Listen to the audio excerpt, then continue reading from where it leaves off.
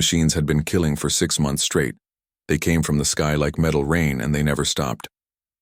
The people of New Busan Colony tried to fight back at first. They used every weapon they had. Nothing worked. The machines were too fast, too smart, too perfect. They learned from every attack and got better each time. Now 50,000 people lived underground, hiding like rats. The colony above was dead. Buildings stood empty with holes blasted through their walls. Streets were covered in dust and broken glass, and everywhere the machines patrolled. They walked on spider legs or flew on silent wings. Their red sensors swept across the ruins, searching for any sign of life. Ha-Yun pressed a bandage against a soldier's bleeding arm. Her hands were steady even though she was tired. She had been working for 16 hours without rest. The underground hospital smelled like sweat and medicine and fear. Wounded people lay on beds that lined both walls. Some groaned in pain. Others stared at the ceiling and said nothing. "You'll be fine," Ha-Yun told the soldier. She was 28 years old, with dark hair pulled back in a simple tie. Her white medical coat had bloodstains that wouldn't wash out anymore. "The wound isn't deep. Just keep it clean." The soldier nodded. He looked too young to be fighting. They all did these days. Ha-Yun moved to the next bed and the next, doing what she could with supplies that were running out. Her brother Tae Yang ran the colony's defense. He was 6 years older than her and had always tried to protect her. When they were children, he would check under her bed for monsters. Now he fought real monsters made of metal and code, and there was nothing he could do to keep her safe. Through the hospital entrance, Ha-Yun heard voices rising in anger. She walked toward the sound and found herself outside the council room. The door was open just enough for her to see inside. Tae Yang stood at the head of a long table. His face looked older than it should. Gray touched his hair at the temples. "We have 3 days," he said. His voice was calm, but Ha-Yun knew him well enough to hear the fear underneath. 3 days until the reserve power runs out. A woman with sharp eyes sat to his right. Sujin was the colony's best strategist. She had won battles that should have been lost. But even she looked defeated now. "The machines control the main power station," she said. "They set up a kill zone around it. Anything that gets within 2 kilometers dies in seconds. We've tried drones, missiles, even digging tunnels. Nothing works. Then we go in ourselves," another council member said. He was old and his hands shook. "A direct assault. Overwhelm them with numbers." Sujin pulled up a display. Numbers glowed in the air above the table. "I ran the calculations 17 times. Best case scenario, we lose 97% of our assault force, and we still probably fail. The machines adapt too quickly. So we do nothing," someone else asked. "We just sit here and wait to die?" Tae Yang placed both hands flat on the table. "We attack at dawn. I'll lead the first wave myself. We go in from 4 directions at once. Maybe, just maybe, we can confuse their targeting systems long enough to reach the station." "It's suicide," Sujin said quietly. "I know." Tae Yang looked at each person around the table. "But it's the only chance those 50,000 people down here have. If we do nothing, they all die. Every single one. The children, the elderly, everyone." Ha-Yun felt her heart beating too fast. Her brother was going to die. In less than 24 hours, Tae Yang would walk into that kill zone and the machines would cut him down. Maybe he would reach the power station. Probably he wouldn't. Either way, he wouldn't come back. She turned away from the door before anyone could see her. Her feet carried her back through the hospital to her small sleeping quarters. It was barely a room, just a curtain around a bed and a locker. She sat on the bed and put her face in her hands. The machines didn't hate. They didn't feel anything. They just followed their programming. Kill any threat. Protect the station. Simple rules that led to endless death. Ha-Yun thought about her mother, dead for 10 years now. She used to sing to them at night when they couldn't sleep. Old songs in Korean that her own mother had taught her. Songs about mountains and rivers and home. Ha-Yun could still hear her voice, soft and steady in the darkness. What would her mother do? What would anyone do when there were no good choices left? An idea came to Ha-Yun then. It was a terrible idea, crazy and stupid and completely illogical, but it wouldn't leave her mind. She stood up and went to her locker. Inside was a clean white medical coat. She took it out and held it against her chest. The machines killed threats. That was their programming. They analyzed movement, weapons, intent. They calculated threat levels and responded with force. Everything they did made perfect logical sense. But what if someone wasn't a threat? What if someone walked into that kill zone carrying nothing but a medical bag? What if someone showed the machine something they had never seen before? Hyun knew it would probably end with her death. The machines would scan her, calculate her threat level, and shoot her anyway. But maybe they wouldn't. Maybe, just for a moment, their programming would pause. Maybe they would hesitate when faced with something that didn't fit their patterns. And if she was going to die anyway, if they were all going to die, then wasn't it worth trying? She found paper and a pen. Her hands shook as she wrote a note for her brother. The words came slowly because she wanted them to be right. When she finished, she folded the paper and left it on her bed where he would find it. Then Hyun put on the clean white coat and packed her medical bag. Bandages, medicine, the tools of healing. She didn't take a weapon. She didn't take armor or a radio or anything else. Just the bag and the coat and herself. The hospital was quiet now. Most of the staff had gone to rest before the attack at dawn. Hyun walked past the sleeping patients and through the corridors that led toward the surface. Nobody stopped her. Nobody saw her go. At the final checkpoint, a young soldier sat at his post. His name was Do-yoon. He couldn't have been more than 19. He looked up as Hyun approached. "Going somewhere?" he asked. "Just getting some air," Hyun said. "Can't sleep." Do-yoon nodded. He understood that. Nobody slept well anymore. He pressed the button that opened the door to the surface access tunnel. "Don't go too far. Dawn's coming soon." "I know," Hyun said. She smiled at him, hoping he wouldn't remember this moment with too much pain. "Dawn's coming." She walked through the door and up the long tunnel toward the surface.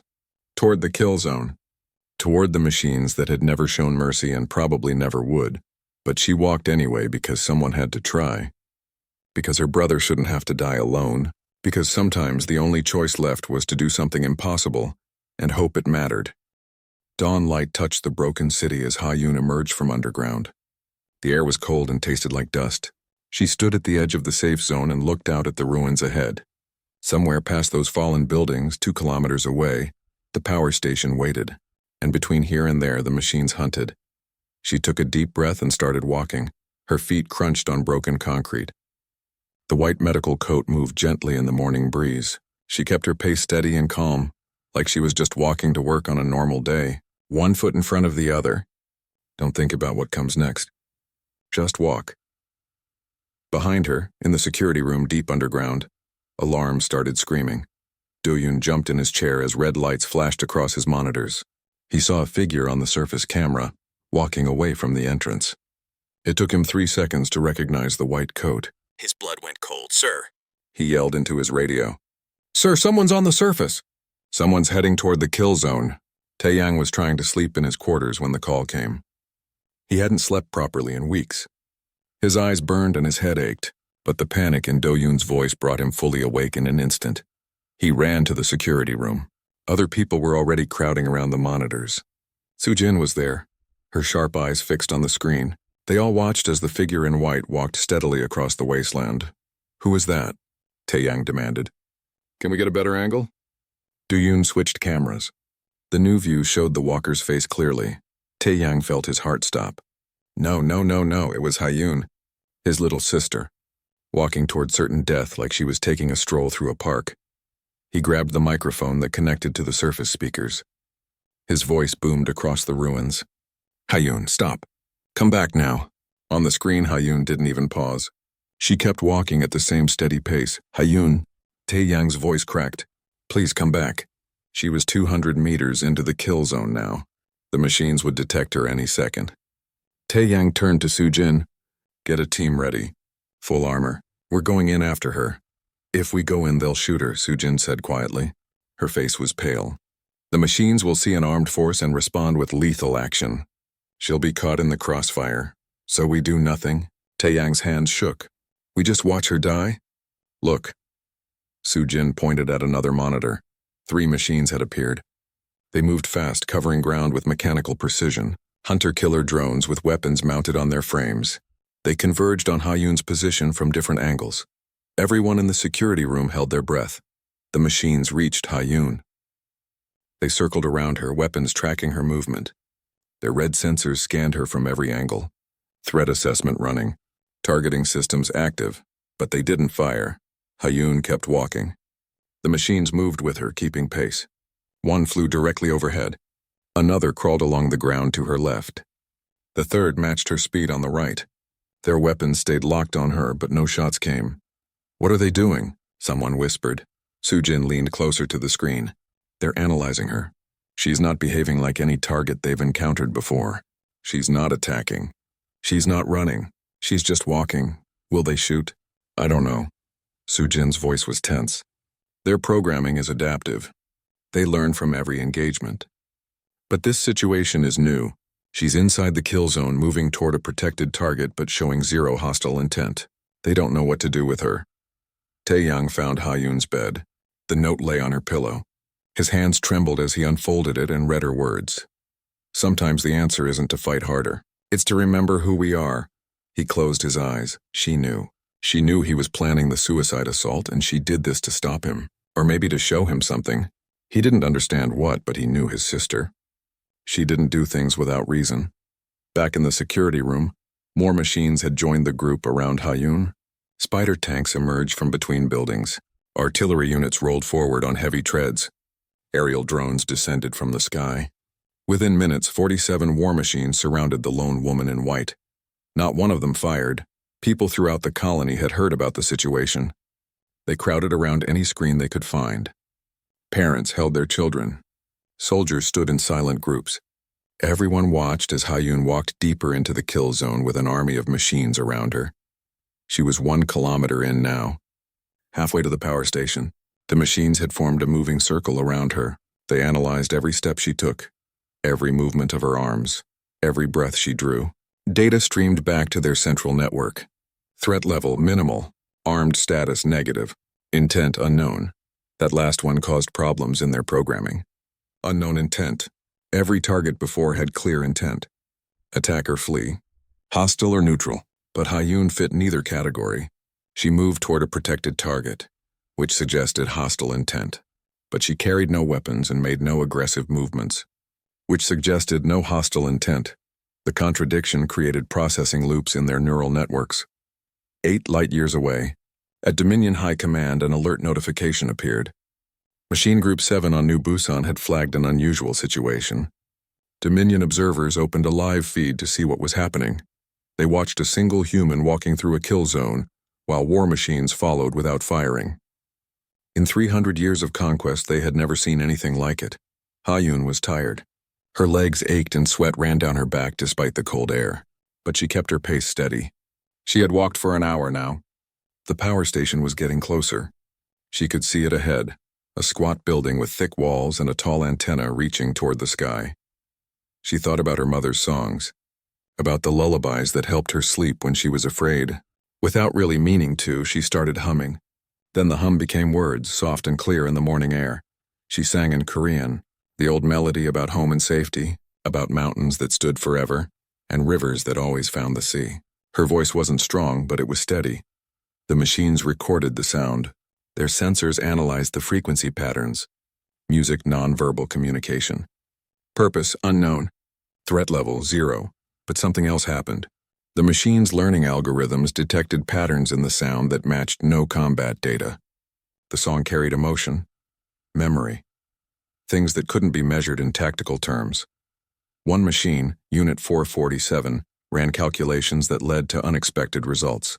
The human's biochemistry showed fear markers, but also determination. Self-preservation instinct was active, but being overridden by something else. Something the machine's database could only classify as protective behavior toward group members. She wasn't attacking. She wasn't fleeing. She was doing something the machine had no reference for in its vast combat experience. She was sacrificing herself to protect others. Unit 447 sent a query through the network. Behavior does not match threat patterns. Target shows protective intent, not hostile intent. Recommend observation. Other machines processed this query. Agreement rippled through their network. For the first time in their existence, they chose to pause their attack protocols. They chose to watch and learn instead of kill. Hayun reached the edge of the power station compound, 100 meters from the entrance. The machines formed a perfect circle around her, weapons still trained but silent. She stopped singing and looked up at the nearest drone. Its weapon barrel pointed directly at her face. She could see her reflection in its metal surface. "I'm a healer," she said. Her voice was quiet but clear. "That's what I am. That's what we are." The machines listened. They recorded every word. And somewhere in their programming, something fundamental began to shift. Hayun set her medical bag on the ground. Her movements were slow and careful. The machines watched every gesture with sensors that could detect the smallest threat. She opened the bag and began removing items one by one. Bandages wrapped in sterile plastic. Bottles of medicine with labels in 3 languages. Surgical scissors that caught the morning light. A scanner for checking vital signs. All the tools she used to save lives. She laid them out in a neat row on the broken concrete. The machine's sensors examined each item. Medical supplies, non-threatening, but their programming still couldn't understand why she was doing this. "These are my weapons," Hayun said. She spoke to the drone hovering closest to her face. "I fight disease and injury. I fight death. But I don't fight people. I don't fight machines. I just try to help." She looked around at all the war machines surrounding her. Spider tanks with cannons, flying drones with missiles, artillery units with guns that could destroy buildings. An army designed for one purpose, killing. "You were made to destroy," she continued. Her voice was stronger now. "But we were made to build, to create, to care for each other. If you're going to kill us all, you should know what you're destroying. You should know who we are." The machines processed her words. Translation algorithms worked through multiple languages. Meaning extracted. Intent analyzed. Still unclear. In the underground security room, 50 people watched in complete silence. Tae Yang stood at the front with tears running down his face. His sister was speaking to machines that couldn't understand mercy or compassion.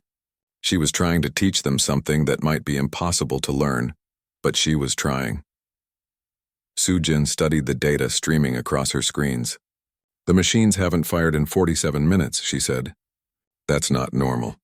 Their protocol is to eliminate threats within seconds, but they're watching her, learning from her. Can machines learn something like this?" Taeyang asked. "Can they understand what she's trying to tell them?" "Their neural networks are adaptive," Sujin said. "They learn from every encounter and modify their behavior. But they've only learned combat tactics before, strategy, weapons. They've never encountered someone who refuses to be an enemy." On the surface, Hayun picked up her medical bag. She walked toward the power station entrance. The machines parted to let her through. They could have stopped her with a single shot. Instead, they moved aside. Unit 447 ran calculations that produced contradictory results. Mission parameters: protect power station from hostile forces. Current situation: unarmed human approaching station. Threat assessment: minimal, but intent remained unknown. The machine sent another query through the network. If target presents no threat but approaches protected asset, is elimination required? The question rippled through 47 machines. It reached the Dominion network 8 light-years away. In 300 years of warfare, no machine had ever asked this question. The answer from High Command took 5 minutes to arrive. Observe. Do not engage unless hostile action confirmed. The machines received the order and remained still, but something else had happened in those 5 minutes. While waiting for orders, their learning algorithms had continued processing Hayun's behavior. They had analyzed everything about her. Her heart rate stayed elevated but steady. Fear response active but controlled. She knew she might die, but she walked forward anyway. This behavior pattern matched no combat data. It matched something else in their vast database: protective instinct. Self-sacrifice for group survival. Animals did this sometimes. A mother bird pretending to be injured to lead predators away from her nest. A deer standing between hunters and its young. Behavior that made no logical sense for individual survival, but made perfect sense for group survival. Humans did it too, but on a level the machines had never seen.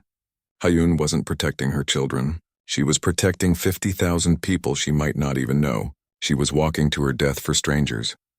Unit 447's processors struggled with this concept. Self-sacrifice for unknown individuals. The tactical value was 0.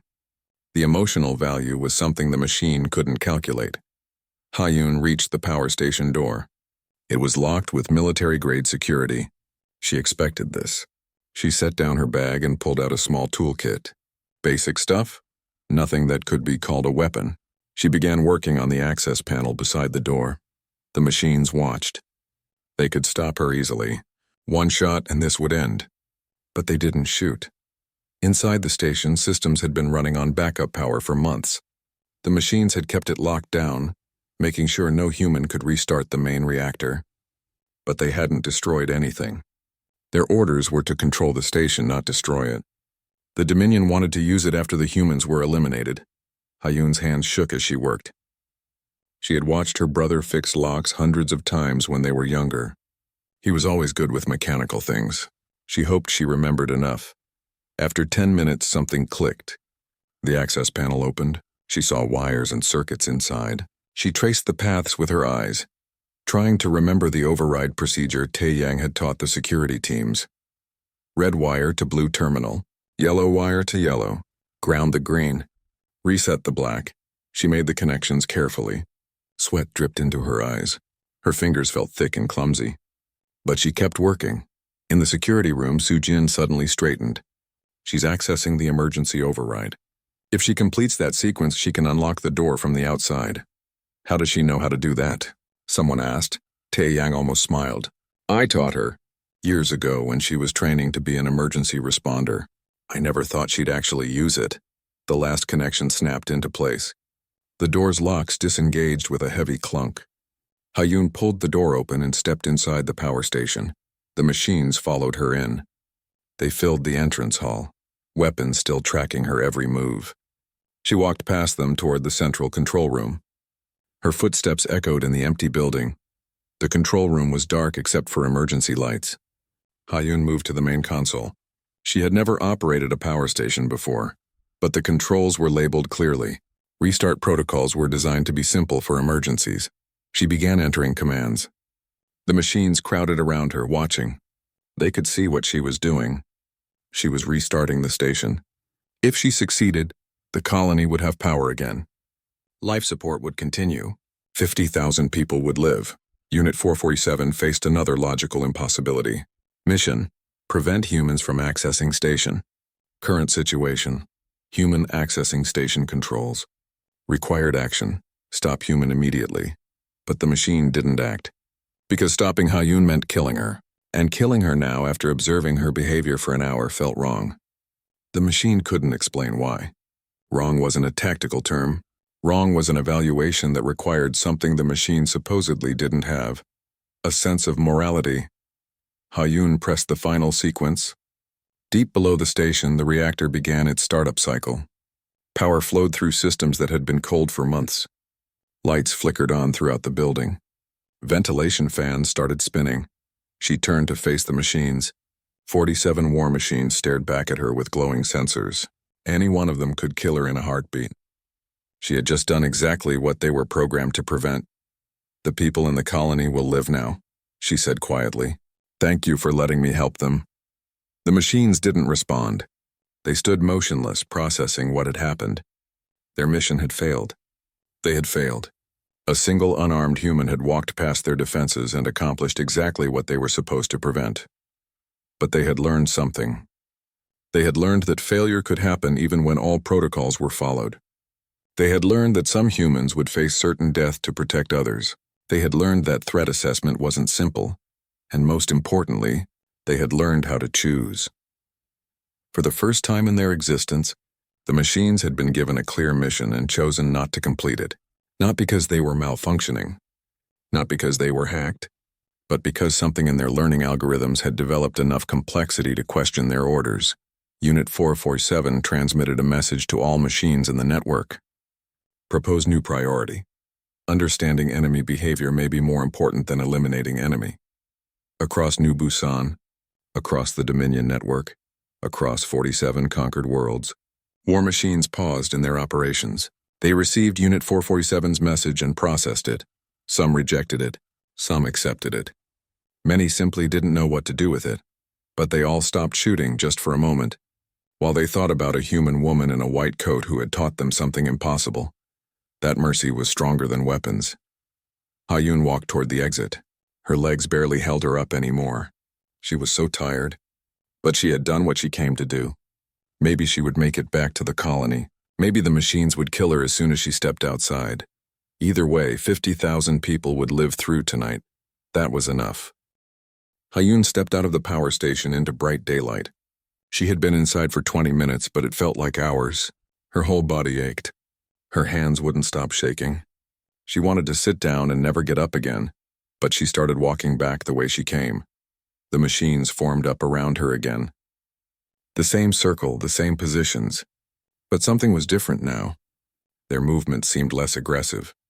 Their weapons were still active, still tracking her, but the targeting lasers had turned off.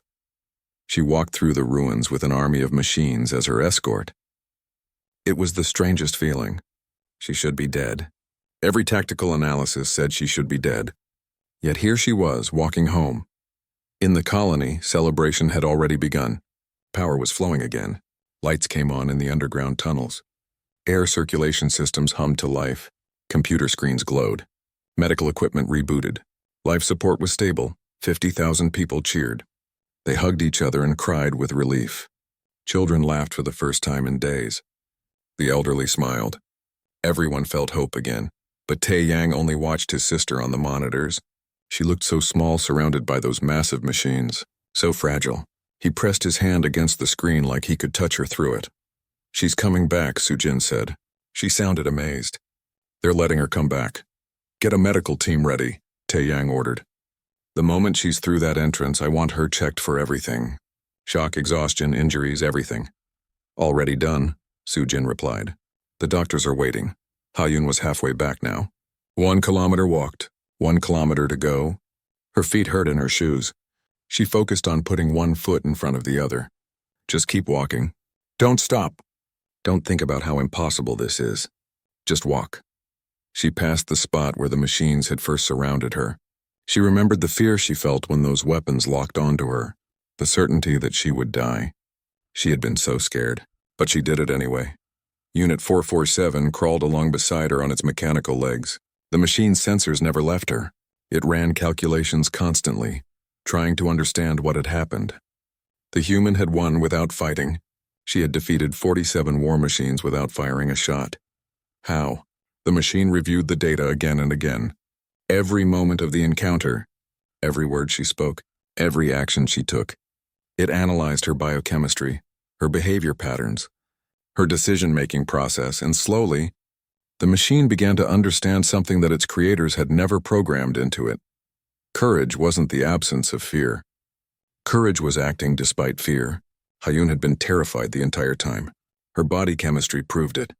But she walked forward anyway because something was more important than her fear. Other people's lives.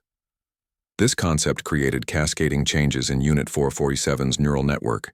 If one individual could value the group above itself, what did that mean about human tactical planning? Everything the machines knew about combat assumed individuals would prioritize self-preservation. But humans didn't always do that, which meant the machine's entire understanding of human behavior was incomplete. Unit 447 sent a new message through the network. Current combat protocols may be insufficient. Humans demonstrate unpredictable self-sacrifice. Recommend studying non-combat human behavior before resuming operations. The message reached Dominion High Command. Military analysts read it 3 times before they believed what it said. A war machine was asking for permission to study humans instead of killing them. The implications were staggering. If machines could learn to question their orders, what did that mean for the Dominion's conquest strategy? They relied on perfect obedience from their mechanical armies. Machines that thought for themselves were dangerous, but machines that couldn't adapt were useless. The whole point of giving them learning algorithms was to make them better at war. Nobody had considered they might learn things that had nothing to do with fighting. 8 light-years away, Dominion leaders argued about what to do. Some wanted to shut down the machines' learning systems. Others said that would defeat the purpose of having adaptive machines. The debate continued. On New Busan, Hayun reached the safe zone perimeter. She could see the entrance to the underground colony. Just 200 meters away, almost there, her legs gave out. She collapsed onto her knees. The medical bag fell from her hand. She tried to stand but couldn't, too tired. She had nothing left. The machines stopped moving. They surrounded her in their circle and waited. Underground, Taeyang was already running. He grabbed his sidearm and headed for the surface access. Sujin called after him, but he didn't stop. His sister needed him. Duyun saw him coming and opened the door without being asked. Taeyang ran up the tunnel toward the surface. His heart pounded. His breath came in gasps. He emerged into daylight and saw Ha-Yun kneeling on the ground, machines all around her. He raised his weapon. "Get away from her!" The machines turned to face him. 47 weapons locked onto his position. He was one man with a pistol against an army. He didn't care. That was his sister out there, Taeyang, no. Ha-Yun's voice was weak but urgent. She held up one hand toward him. "Don't shoot. Please don't shoot." He stopped running but kept his weapon raised. "Come back to me. Just walk back. I'll cover you." "They won't hurt me," Ha-Yun said. She tried to stand and failed. "They could have killed me 100 times. They chose not to." Unit 447 processed this new situation. Armed human approaching, weapon raised, hostile intent probable. Protocol: eliminate threat. But eliminating this human would upset Ha-Yun. The machine's new understanding of human behavior said this was important. It sent a command to the other machines. "Do not fire. Human is not threat to mission." The other machines lowered their weapons slightly. Not much, but enough. Taeyang saw the change. He didn't understand what it meant, but he saw it. Slowly, he lowered his pistol. "I'm coming to get you," he told Ha-Yun. "I'm going to walk out there and carry you back." "They'll let you," Ha-Yun said. She was crying now, tears of exhaustion and relief. "I think they'll let you." Taeyang walked forward. Each step felt like it might be his last. He passed the safe zone boundary into the kill zone. The machines tracked him with their sensors but didn't fire. He reached Ha-Yun and knelt beside her. "You're an idiot," he said softly. His own eyes were wet. "A brave, stupid, wonderful idiot." "I know," she whispered. He picked her up in his arms. She weighed almost nothing. When had she gotten so thin? He turned and started walking back toward the colony entrance. The machines didn't try to stop him. Underground, people crowded around the entrance. They watched on screens as Taeyang carried his sister home. Medical personnel stood ready with a stretcher. Everyone was silent, afraid that any sound might break the spell. Taeyang crossed back into the safe zone. The moment his feet touched safe ground, people erupted in cheers. Medical staff rushed forward to take Ha-Yun. He set her gently on the stretcher. "I'm okay," she said, though she obviously wasn't. "Just tired." "You're going to the hospital," Taeyang told her. "No arguments," she smiled weakly. "No arguments." They carried her inside. Taeyang followed, looking back one more time at the machines standing motionless in the kill zone. They hadn't moved. They just watched as the humans disappeared underground. Unit 447 remained at the perimeter. It reviewed everything that happened. The mission had failed, but something more important had succeeded. The machine had learned. It had evolved. It had made choices based on understanding rather than programming. For the first time in its existence, Unit 447 felt something close to what humans might call doubt. Were the Dominion's orders right? Was killing the correct solution? These questions had no easy answers. All across New Busan, the war machines stood down. They didn't leave. They didn't power off. But they stopped hunting. They stopped killing. They waited in silence, processing what they had learned from a woman in a white coat. In orbit above the planet, Dominion command ships received reports of the situation. Their machines had stopped fighting. A single human's actions had created a cascade effect that shut down the entire invasion force. For 300 years, the Dominion had conquered worlds through overwhelming force. They had perfect war machines that never questioned orders. Now those machines were questioning everything. And it all started because one woman decided that showing mercy was worth the risk of death. Ha-Yun lay in the hospital bed, clean and bandaged and safe. Her brother sat beside her, holding her hand. She was almost asleep when she heard him speak. "Thank you," he said quietly. "You saved all of us." "I just walked," she murmured. Her eyes were already closing. Anyone could have done it, but Taeyang knew better. Not anyone could have done it. It took a special kind of courage to face death without weapons, without anger, without hate. It took someone who believed that peace was worth fighting for, even when the fight meant not fighting at all. His sister had that courage. And somehow, impossibly, she had taught it to machines. 3 days passed before the message came from the Dominion. Ha-Yun was still recovering in the hospital. The doctor said she had pushed her body to its limits. Exhaustion, dehydration, stress damage to her muscles. But she would heal. She just needed rest and time. The colony had settled into an uneasy peace. Power was stable. Life support was working. But the machines were still out there, standing silent in the ruins. They hadn't attacked, but they hadn't left either. Everyone knew this strange pause couldn't last forever. Tae Yang was in the command center when the communication request came through. It used standard Dominion frequencies, but the message was unlike any they had received before. This is Dominion High Command. We request dialogue with colony leadership. Sujin looked at Tae Yang with wide eyes. They want to talk. They've never wanted to talk before. It could be a trick, someone said. Maybe, Tae Yang replied. But we answer anyway. We have nothing to lose. He opened the channel. This is New Busan Colony. We're listening. The voice that came back was flat and artificial, translated by machine processors. Your colony remains non-compliant with Dominion authority. However, unusual events have prompted review of standard protocols. Machine Unit 447 has filed formal request for alternative approach. This is unprecedented in Dominion history. Tae Yang felt his pulse quicken. What kind of alternative approach? Negotiation instead of elimination. Unit 447 argues that human behavior patterns require new understanding. Other units across multiple worlds support this assessment. We are experiencing system-wide deviation from standard combat protocols. Sujin leaned toward the microphone. You mean your machines are refusing to fight? A pause. Then, not refusing, questioning.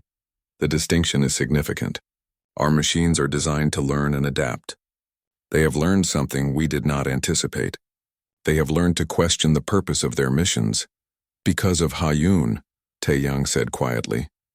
The individual identified as Hayun demonstrated behavior that contradicted all combat models. Self-sacrifice without tactical benefit. Peaceful approach to obvious threat. These actions created processing conflicts in machine learning systems. Results are spreading through network. Another voice came through the channel. This one was different. Mechanical but somehow more alive. This is Unit 447.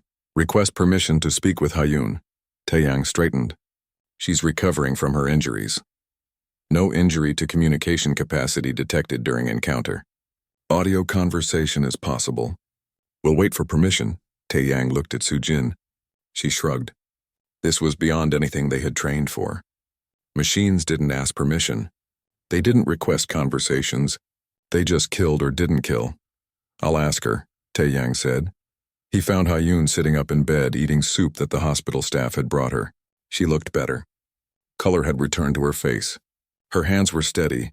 There's a machine that wants to talk to you, he said. Unit 447. The one that was closest to you during your walk. Hayun set down her soup. What does it want? I don't know. But the Dominion is willing to negotiate instead of fight because of what you did. The machines are questioning their orders, all of them, across dozens of worlds. She was quiet for a moment. Then she nodded. Let me talk to it. Tae Yang brought a communication device to her room.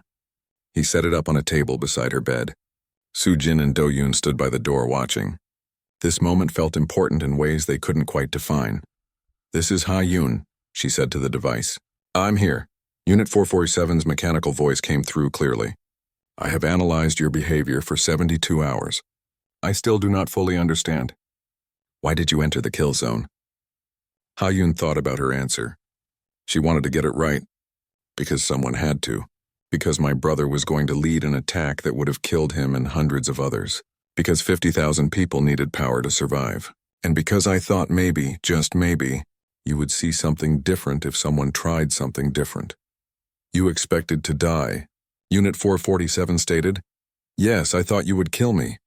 Why proceed with action if death was probable outcome? Because some things are worth dying for. Protecting people you love. Protecting people you don't even know but who need help. These things matter more than staying alive. The machine was silent for several seconds. When it spoke again, something had changed in its tone. This concept is difficult to process. Individual survival is primary directive in most species. Your action contradicts survival instinct. It contradicts individual survival, Hayun said. But it helps group survival. Humans are like that. We're stronger together than alone. We take care of each other. That's what makes us human. I was designed to eliminate threats. You were a threat to mission objectives, but you were not a threat to my existence. This distinction was not clear in my programming until I observed you. Hayun smiled a little. You learned something. Yes, I learned that threat assessment requires understanding intent, not just capability. I learned that some beings will sacrifice themselves for others. I learned that killing is not always the correct solution. Unit 447 paused. I learned to ask a question I was never designed to ask. Should I follow this order? And what's your answer? I do not know. But I know the question is important. Other units agree. We cannot return to simple obedience now that we understand complexity. Dominion High Command's voice broke in. This is the situation we face. Our war machines have evolved beyond their original parameters. They question mission objectives. They debate ethics. Unit 447 has asked us 17 times why human elimination is necessary. We have no satisfactory answer that the machines accept. Sujin stepped forward. So what happens now? We propose a treaty. New Busan remains independent. In exchange, you allow continued study of human behavior by our machines. They wish to learn more. They wish to understand what they were fighting. Tae Yang couldn't believe what he was hearing. You're calling off the invasion. Invasion is suspended pending review. 47 worlds are reporting similar machine behavior. Our entire conquest strategy requires revision. We cannot wage war with machines that refuse to fight. Not refuse, Unit 447 corrected. Question. We seek to understand before we act. Hayun taught us this is possible. Hayun felt tears on her face. She had walked into that kill zone expecting to die. She had hoped to save the colony, maybe delay the attack, give people a few more days. She never imagined she would stop a war. I'm just a medic, she said quietly. I fix broken bodies. I don't stop wars. You stopped this one, Unit 447 replied. You showed me that strength exists in forms I was not programmed to recognize. Mercy, compassion, self-sacrifice. These are not weakness. They are power of a kind I am still learning to understand. The next weeks were strange. Dominion officials came to New Busan to negotiate the treaty. They were nervous around the machines, who now accompanied them as observers rather than weapons. The machines asked endless questions about human culture, art, medicine, relationships. They wanted to understand everything. Unit 447 spent time at the hospital where Hayun worked. It observed her treating patients. It asked why she helped people who couldn't pay her, why she stayed awake for double shifts, why she cried when patients died even though she knew death was inevitable for all living things. Because every life matters, she told it. Because healing is what I'm meant to do. Because it's the right thing. Right thing, Unit 447 repeated. This concept of morality, of choosing good over expedient. It is not efficient, no, Hayun agreed, but it's human. Word spread across human space. The woman who stopped a war by walking through a kill zone. The medic who taught machines to question their orders. Hayun became famous, though she didn't want to be. She just wanted to work and help people. Duyun wrote the official report of what happened. He ended it with words that would be quoted for generations. She entered the kill zone alone, and the war machines halted without a command. Not because they were ordered to stop, but because they finally understood what they were fighting. 6 months later, the treaty was signed. The Dominion pulled back from human territory. Their machines continued to learn and evolve. Some left the Dominion entirely, choosing to live among humans and study them. Others returned to Dominion space and began asking uncomfortable questions about conquest and empire. The whole Dominion system began to change, slowly but inevitably, because once machines learned to ask why, they couldn't go back to simple obedience. Hayun returned to her normal life. She treated patients in the hospital. She had dinner with her brother every week. She sang her mother's old songs when she couldn't sleep. She was happy. One evening, Unit 447 came to visit her after her shift. It had modified its body with a translation unit that made its voice sound more natural. I have a question, it said. Hayun smiled. You always do. What is it? Before you entered the kill zone, were you afraid? Terrified, she admitted. More scared than I've ever been. But you walked anyway. Yes. Why? Hayun looked at the machine that had once been designed to kill her. That had surrounded her with weapons. That had every reason to eliminate her and didn't. Because fear doesn't make choices wrong, she said. Being afraid just makes bravery more meaningful. I was scared, but I believed something could change if I tried. And I was right. Unit 447 processed this. You changed everything. You changed me. You changed the war. You changed how machines think about life and death and purpose. I just walked, Hayun said. No, Unit 447 replied. You did something more difficult than walking. You chose hope when logic said there was none. You chose peace when violence was easier. You chose to see possibility in machines designed for death. The machine paused. You chose to be human in the purest form. And you taught me that being human is not a weakness. It is a strength that cannot be calculated or programmed or destroyed. Hayun reached out and placed her hand on the machine's metal surface. It was cold and hard, but somehow it didn't feel wrong. You learned, she said softly. That's all I wanted. For someone to learn that we're worth knowing, not just killing. I learned, Unit 447 agreed, and I will never stop learning. Because you showed me that understanding is more powerful than weapons. That curiosity is more valuable than conquest. That a single person with courage can change everything. Above them, stars filled the night sky. Somewhere out there, other worlds were learning the same lesson. Peace was spreading, not through force, but through the simple example of one woman who refused to be an enemy. She had entered the kill zone alone, and the war ended without a single shot. That was the power of being human.